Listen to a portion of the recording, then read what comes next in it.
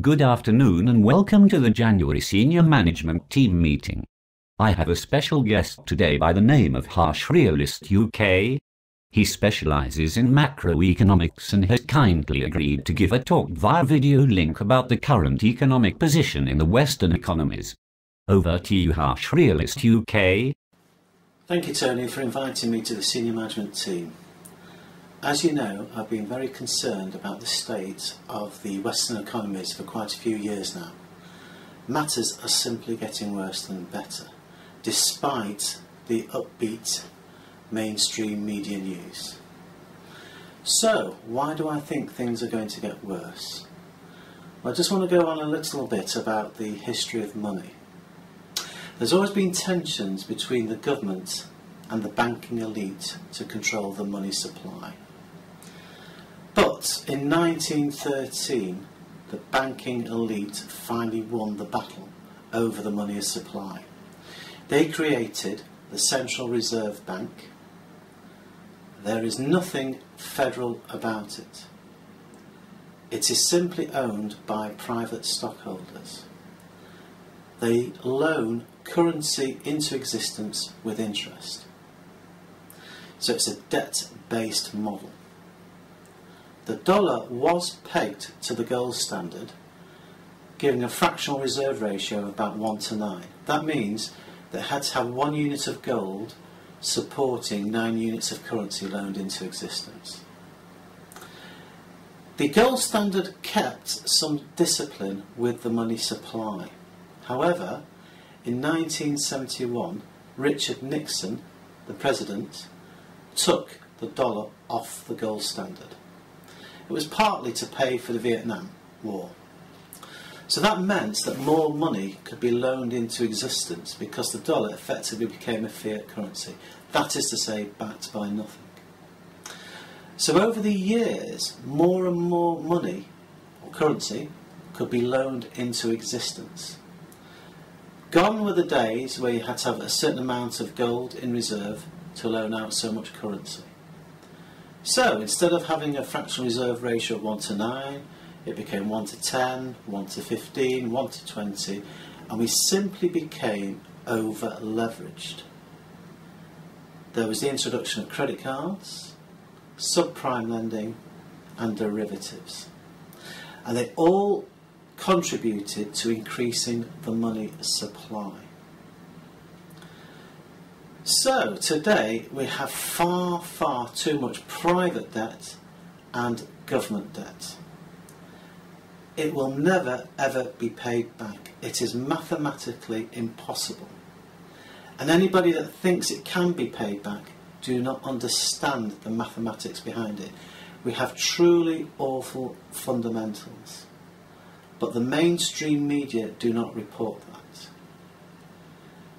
Only yesterday we had the inauguration of President Obama, and he claimed that we are on the road to recovery.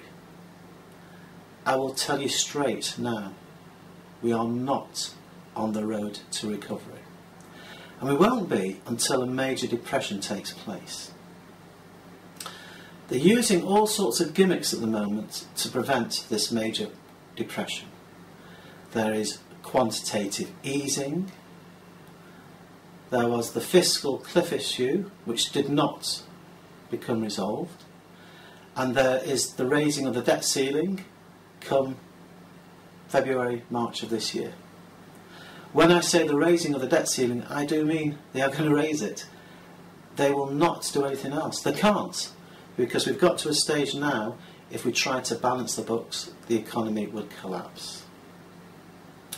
So, the illusion of wealth is only maintained by deferring reality, and that is simply the truth of the matter. As I say, if we had to balance the books now, we would go into a major depression. The problem is quantitative easing, ducking out of the fiscal cliff issue, and raising the debt ceiling is only going to delay the inevitable, but it's going to be a lot worse when it happens. Ron Paul, as far as I'm concerned, was our only hope. He was an honest politician. But the public are very fickle.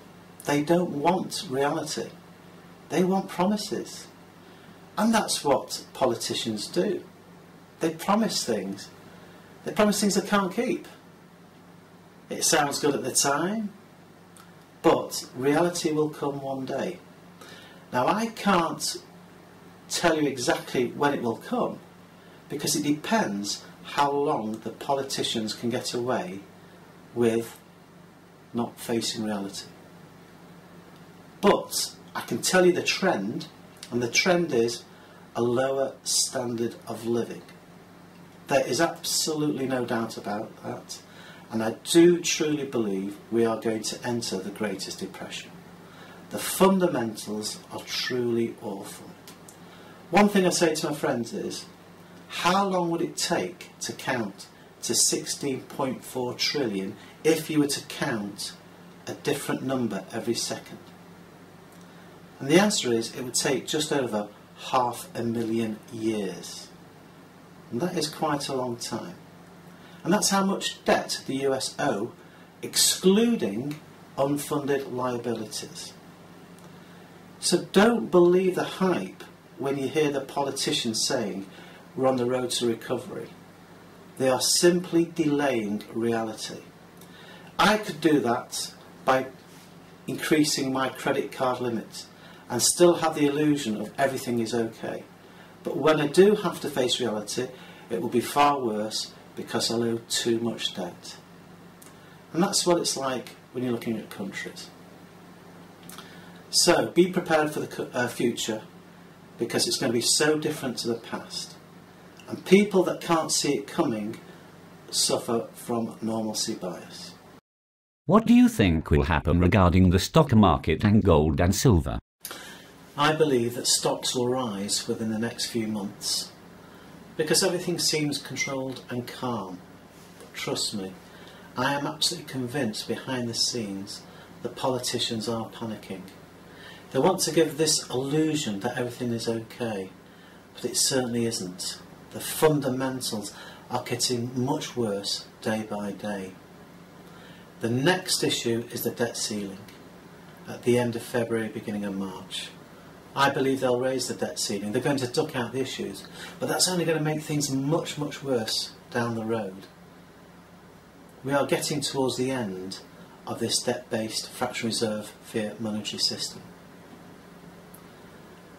I think stocks will go up.